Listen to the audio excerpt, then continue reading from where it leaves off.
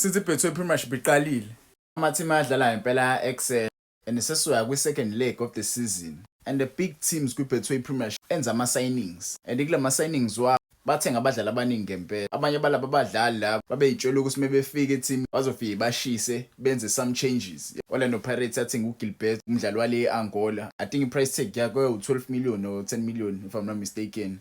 Mamelodi Sundowns yathenga uSale, umdlali waseBrazil. Price tag yakhe u-53 million if I'm not mistaken. Kaizer Chiefs yathenga uNtwa, umdlali wale Rwanda but ubedlalela i-TS Galaxy. Price tag yakhe angiyazi. Iyi-starter se-TS Galaxy. Mwase ubhekele badlali labo bawu-3 bebezovala iy'khala because ama-team nje bathengile bebebona ukuthi kuney'khala la ey'dinga ukuvalwa. Orlando Pirates ithenge uGilberto ukuvala isikhala mekwenzeka ama-injury bafake umdlali onjengawo uGilberto. Atasales bamthengile mekulimala uPeter Shalulile bafake yena. uNtwari bamthengile because iKaizer Chiefs i-team le eshoda ngo-goalkeeper ba-right and bambona indlela avimba ngayo ukuthi Galaxy bamthenga. So since iqalile isizini lama-players lawo matha waka-impress kakhulu yabo, akayilethi i-impression ekhombisayo ukuthi bangabadlali abagood ngempela. Because uma ubheka uGilbert ku-Orlando Pirates esafikile kwi-pre-season wakora igoli eliyi-1, waskora igoli eliyi-1 nama-fans abona ukuthi hayibo sithola umdlali wangempela la wayi-winger eli-right eli-skillful yabo. Isitayela se-Orlando Pirates-ke lesinyasazi nani. Sithi saqalile isizini usenze ama-appearances awu-8,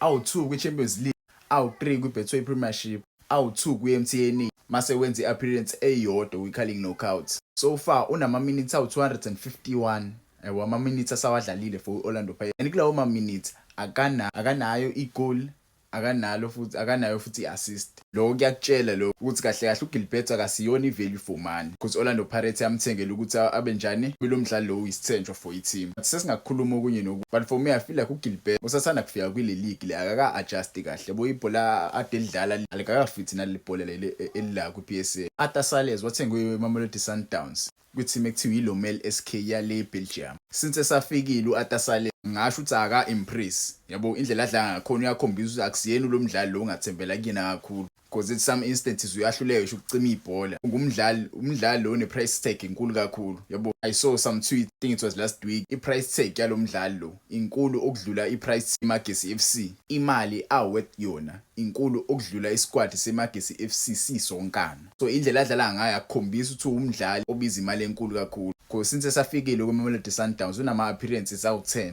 Usafeaturishe kabili kwi-Champions League, usafeaturishwe kathathu kwi-Betway Premiership, wafeaturishwa futhi kathathu kwi-Carling Knockouts, wafeaturishwa kabili kwi-MTN. Overall unama-appearances awu-10 nama-minutes awu-373. So usedlale ama-minutes awu-373 nama-assist ayi-2 as umdlali owathengela ukuthi ube i-strike ne-center forward. Umthetho wakho kumele abe uyaskora yakho. Ngeke ngazi-ke mhlawumbe umuntu omkhojayo akamnikeza i-mandates ekahle yabo imfanele ngempela because I'm sure la esuka khona wayi-striker isilitali yabo. Mhlawumbe umuntu omnikeza i-mandates amnikeza i-mandates ebalekile because umdlalo kanje i-price tag yakhe yamvumela ukuthi abe lethal. I'm sure udinga i-proper coaching but-ke that's a story for another day. Uma umdlali engizokhuluma ngayo uNtwari is a good goalkeeper yabo. Don't get me wrong, ngangiwabuka ama-games akhe ku-TS Galaxy, was a good goalkeeper but since efikile kwi-Kaizer Chiefs akhombisa ukuthi ugoalkeeper lo owayejwayele ukuvimba le kwi-TS Galaxy because maningi ama-goals asewaconsidile safike kwi-Kaizer Chiefs yabo. Una-7 appearances kwi-Kaizer Chiefs, unama-appearances awu-5 kwi-Betway Premiership mase zoba nama-appearances awu-2 kwi-Carling Knockouts. And mase ubheka amagoli awaconsidile kwi-Betway Premiership useconcede 7 goals kwi-Betway Premiership. Ube na-5 appearances useconcede 7 goals as ugoalkeeper. Kanayo i-clean sheet kwi-Betway Premiership since isaqalile i-league yabo.